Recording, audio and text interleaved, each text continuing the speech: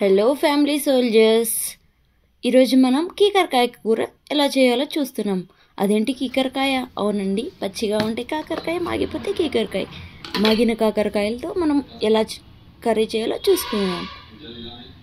మన కాకరకాయల్లో ముందుగా మనం విత్తనాలన్నీ తీసేసి నీట్గా కడిగి కట్ చేసుకోవాలన్నమాట, చిన్న చిన్న పీసెస్గా.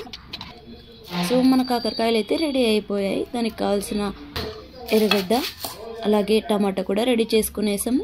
కొంచెం చింతపండు తీసుకొని నీళ్ళలో నానబెట్టుకోవాలన్నమాట. స్టవ్ మీద పెనం పెట్టేసి కొంచెం వేడైన తర్వాత అందులోకి ఎర్రగడ్డ అలాగే టమోటా వేసి మనం సిమ్లోనే దీన్ని బాగా ఉడికించుకోవాలి. అలాగే దీంట్లోకి ఒకటేసారి కాకరకాయ కూడా వేసేస్తున్నాను. వేసేసి మనం దీన్ని సిమ్లో పెట్టేసి బాగా ఉడకనివ్వాలి, ఎందుకంటే మనం ఒక చుక్క కూడా ఆయిల్ యూజ్ చేస్తూ ఉండలేదు. సో దీన్ని కొంచెం మగ్గిన తర్వాత కొంచెం కలుపుకొని మన చింతపండు వాటర్ ఉంటాయి కదా, ఆ చింతపండు వాటర్లో ఇంకొంచెం ఉడికించుకోవాలన్నమాట. ఫస్ట్లోనే మనం చింతపండు వేస్తే ఏమవుతుందంటే ఇక్కడ కాకరకాయ ఎర్రగడ్డ అనేటివి ఉడకవు, ఎందుకంటే మనం ఆయిల్ యూజ్ చేయట్లేదు కాబట్టి. కొంచెం అవన్నీ ఉడికిన తర్వాత మనం చింతపండు యాడ్ చేసుకోవాలి. చింతపండు యాడ్ చేసిన తర్వాత బాగా కలిపేసి అందులోకి కొంచెం ఉప్పు వేసి కలిపెట్టాలి. సో దట్ అవి కొంచెం మగ్గుతాయి అన్నమాట.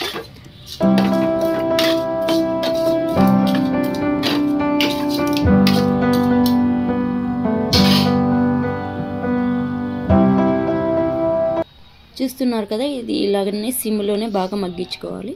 అలాగే దీంట్లో కొంచెం ఒక చిటికెడు కారం పొడి వేస్తున్నాను, ఎందుకంటే నేను ఇది ఇలాగే కర్రీ మాత్రమే తింటారనమాట. అందుకోసం నేను లైట్ స్పైసెస్ వాడుతున్నాను.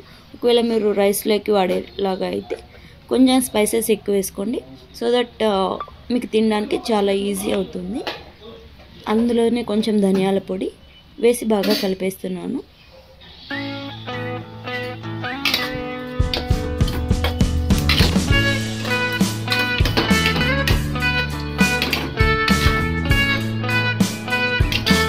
ఇవన్నీ వేసిన తర్వాత ఇంకోసేపు మగ్గనిచ్చాలన్నమాట.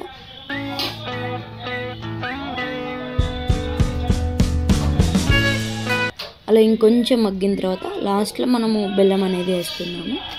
బెల్లం వేయడం వల్ల మనకి చేదు అనేది కొంచెం తగ్గుతుంది. ఫస్ట్లో ఈ బెల్లం వేసామంటే ఇది కొంచెం అప్సెట్ అవుతుంది అనమాట, సరిగా ఉడకదు. అందుకోసమని నేను లాస్ట్లో బెల్లం యాడ్ చేస్తున్నాను. ఆ బెల్లం కొంచెం కరిగిన తర్వాత మనకి ఎంతో టేస్టీ అండ్ హెల్దీ అయిన కాకరకాయ కర్రీ రెడీ అయిపోతుంది.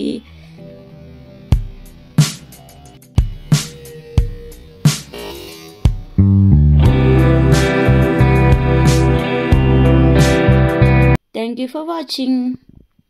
ఈ వీడియో మీకు నచ్చినట్టయితే లైక్, షేర్, సబ్స్క్రైబ్ చేసుకోండి.